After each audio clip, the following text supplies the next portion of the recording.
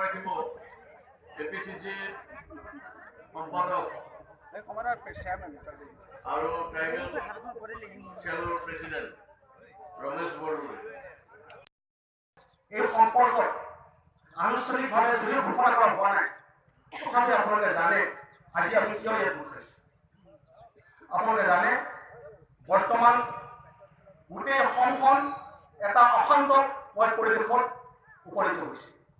অসমত এটা অশান্তিৰ সৃষ্টি হৈ আছে আজি কেইবাদিন ধৰি। বৰফুকনৰ অসম, ভূপেন হাজৰিকাৰ অসম, জ্যোতিপ্ৰসাদ আগৰৱালৰ অসম আমি নিজৰ মাজত বিভাজন হ'বলৈ নিদিওঁ। আমি অসমৰ ভিতৰত অসমীয়া সংস্কৃতি আমি জীয়াই ৰাখিবলৈ বিচাৰো আৰু শলাগ ল'বলৈ বিচাৰিছো ৰাহুল ডাঙৰীয়াই। তেওঁলোকে কৈছে কি অসমৰ ভিতৰত অসমীয়া সংস্কৃতি চলিব, নাগপুৰৰ RSS সংস্কৃতি নচলিব। অসমৰ ভিতৰত শংকৰদেৱৰ আমাৰ আজান পীৰৰ আমাৰ লাচিত বৰফুকনৰ আদৰ্শৰ জৰিয়তে এটা অসমীয়া সমাজ আমি সৃষ্টি কৰিম। আমি নাগপুৰ RSS, মোহন ভাগৱত, অমিত শ্বাহ, নৰেন্দ্ৰ মোদী ডাঙৰীয়া আমি অসমীয়াক হ'বলৈ নিদিওঁ।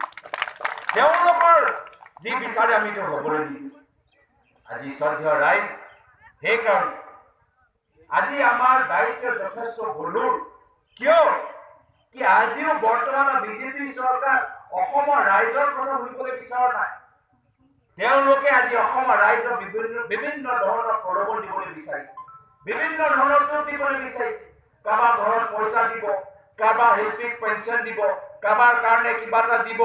কিন্তু শ্ৰদ্ধেয় ৰাইজ, আপোনালোকে বুজিব লাগে যে আজি এই ২০০০ টকাৰ কাৰণে বৰ্তমান আমাৰ ভৱিষ্যত ল'ৰা ছোৱালী চাকৰিলে যাব, তাৰ কাৰণে আপোনালোকে এই টকা লৈ আপোনালোকৰ ল'ৰা ছোৱালীৰ লগত অন্যায় কৰিব নোৱাৰে। আপোনালোকে শিল্পীসকলে গম পাই গৈছে কি আজি যে তেওঁলোকে কিবা এটা সুবিধা ল'লে, আগন্তুক দিনৰ অসমীয়া ৰাইজে তেওঁলোকক কেতিয়া ক্ষমা নকৰে, তাৰ বাবে আজি তেওঁলোকৰ এই সৰু সুৰা এই প্ৰলোভন আজি তেওঁলোকৰ কাৰণে একো মানে নাই। সেইকাৰণে শ্ৰদ্ধেয় ৰাইজ, এই সময়ত আমাৰ সকলক একজোট হৈ যোৱা সময়। আজি মই সকলোকে স্বাগতম জনাইছো। মোক কংগ্ৰেছ দলক ভাল পোৱা মানুহসকলক মই স্বাগতম জনাইছো, মোক কংগ্ৰেছ দলক বেয়া পোৱা মানুহসকলক মই স্বাগতম জনাইছো। সকলোৱে আহক, ৰাজনীতি ভাল পোৱা বা ৰাজনীতি বেয়া পোৱা, মোৰ দলৰ হোৱা বা অন্য কিবা ৰাজনৈতিক দলৰ হোৱা, এই সময়ত আমি সকলোৱে ৰাজনীতিৰ পৰা ওপৰত গৈ নিজৰ অসমীয়া আয়ৰ সংৰক্ষণৰ কাৰণে আমাক একজোট হৈ লাগিব। আমাক একজোট হ'ব লাগিব। তেতিয়াই হ'লে আমাৰ শক্তি বৃদ্ধি হ'ব। সেইকাৰণে শ্ৰদ্ধেয় ৰাইজ আহক, মই সকলোকে কাৰণ আমি অসমীয়া মানুহবিলাকৰ এটা স্বভাৱ আছে, আমাৰ মুখে প্ৰমুখকৈ অসমীয়া মানুহৰ আমি সোনকালে পাহৰি যাওঁ কথাবিলাক। আমাৰ বহুতে কয় যে আমাৰ যিটো চেতনা,